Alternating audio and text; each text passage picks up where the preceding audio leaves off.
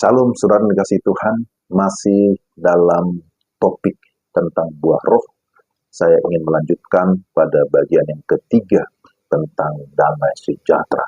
Mari kita berdoa. Tuhan, pimpinlah hati kami, beri damai sejahtera, sehingga kami dapat menerima firman-Mu dengan baik. Roh Kudus memimpin, memberikan kami pencerahan. Dalam nama Yesus. Amin. Saudara, saya sudah menyampaikan bagian yang pertama dan kedua tentang kasih dan sukacita. Sekarang bagian yang ketiga itu bicara tentang damai sejahtera. Masih dari Galatia 5 ayat 22. Saudara yang dikasihi Tuhan, dosa sudah membuat manusia kehilangan damai sejahtera yang disebut dengan shalom dalam bahasa Ibrani ataupun eirene dalam bahasa Yunani. Dalam terjemahan bahasa Inggris disebut sebagai peace. Kehilangan damai sejahtera membuat manusia tidak bisa tenang, tidak tentram, berada dalam kegelisahan, bahkan berada di dalam ketakutan. Manusia berusaha mencari damai sejahtera, akan tetapi tidak bisa menemukan atau tidak mungkin bisa menemukan. Segala bentuk materi, harta benda, deposito atau tabungan yang banyak, fasilitas yang nyaman, keluarga yang baik, pengetahuan yang tinggi, keahlian, dan lain-lain tidak pernah bisa menghadirkan damai sejahtera yang sejati. Karena damai sejahtera tidak bisa diukur berdasarkan sesuatu yang bersifat materi. Tidak bisa diukur oleh sesuatu yang bersifat sementara yang dimiliki oleh seseorang.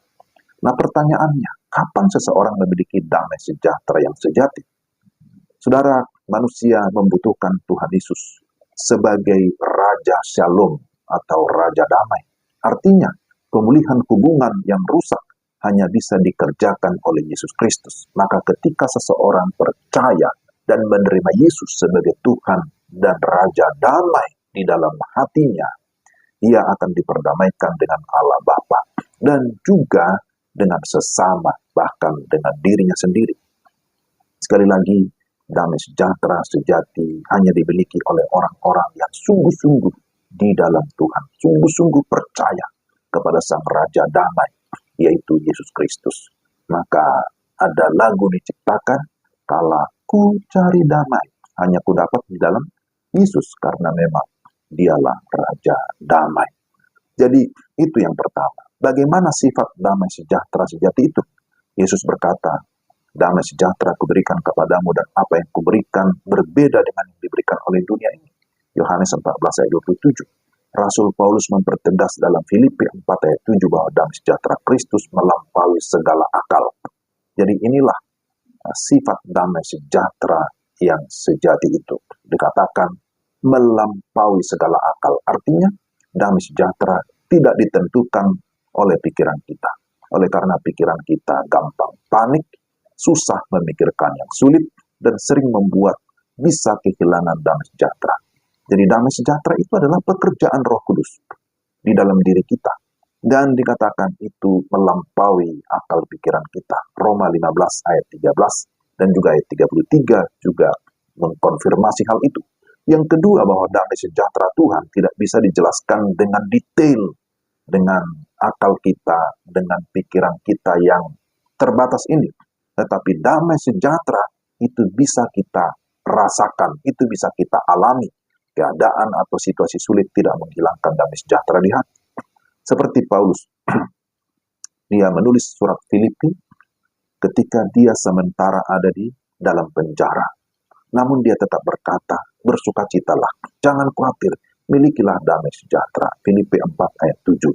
Jadi inilah yang kita lihat yang merupakan sifat damai sejahtera, bahwa itu pertama tidak ditentukan oleh pikiran kita, tapi yang kedua tidak bisa dijelaskan detail, tapi kita bisa mengalami, dan damai sejahtera itu tidak bisa dibatasi oleh situasi kondisi yang ada di dalam dunia ini. Yang ketiga, damai sejahtera dikatakan memerintah.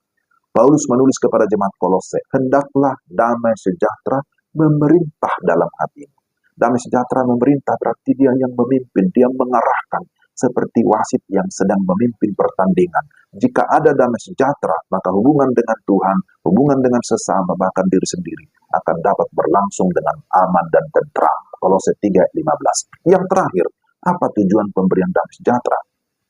Jika kita melihat Yohanes 20 ayat 19-23, setelah Yesus bangkit, dia hadir di antara atau di tengah-tengah muridnya dan memberikan damai sejahtera. Bukan hanya satu kali, tapi dua kali. Pertama, damai sejahtera diberikan untuk kepentingan pribadi, untuk internal murid-murid yang sedang berada dalam ketakutan. Tapi kedua, damai sejahtera diberikan dalam kaitan dengan misi, dengan tugas pemberitaan Injil, agar mereka yakin, mereka siap, mereka rela, berani memberitakan kebenaran. Maka tugas kita adalah bagaimana kita membawa damai agar orang lain diperdamaikan dengan Allah. Dan dia juga memiliki damai sejahtera. Maka dikatakan oleh firman Tuhan, berbahagialah mereka yang membawa damai, karena mereka disebut sebagai anak-anak Allah. Jadi saudara, milikilah damai sejahtera sejati, dan dalam ketaatan akan firman Tuhan, dan dalam pimpinan Roh Kudus, kita akan berbuah. Dan buah itu salah satunya adalah damai sejahtera. Dan setelah itu kita diberikan tugas, jadilah pembawa damai, karena kita adalah anak-anak Allah. Saudara, apakah saudara sudah memiliki damai sejahtera? Sudah punya salom di dalam diri masing-masing? Apakah peristiwa-peristiwa di sekitar kita bisa menghilangkan damai sejahtera? Jikalau demikian, apa yang kita lakukan? Mari kita terus membangun hubungan pribadi, relasi pribadi, saat teduh pribadi, doa dengan sungguh-sungguh, dan kita terus mau menikmati firman Tuhan. Maka di sana kita akan mengalami satu damai sejahtera yang mendatangkan kebahagiaan. Mari kita berdoa. Tuhan, terima kasih untuk renungan hari ini. Kiranya Roh Kudus menolong kami supaya kami dapat menerima firman-Mu, dan firman itu mendatangkan damai sejahtera, mendatangkan kebahagiaan, dan mampukan kami menjadi pembawa damai dimanapun kami berada. Dalam nama Yesus. Amin. Sampai di sini perjumpaan kita hari ini. Tuhan memberkati saudara sekalian. Salam.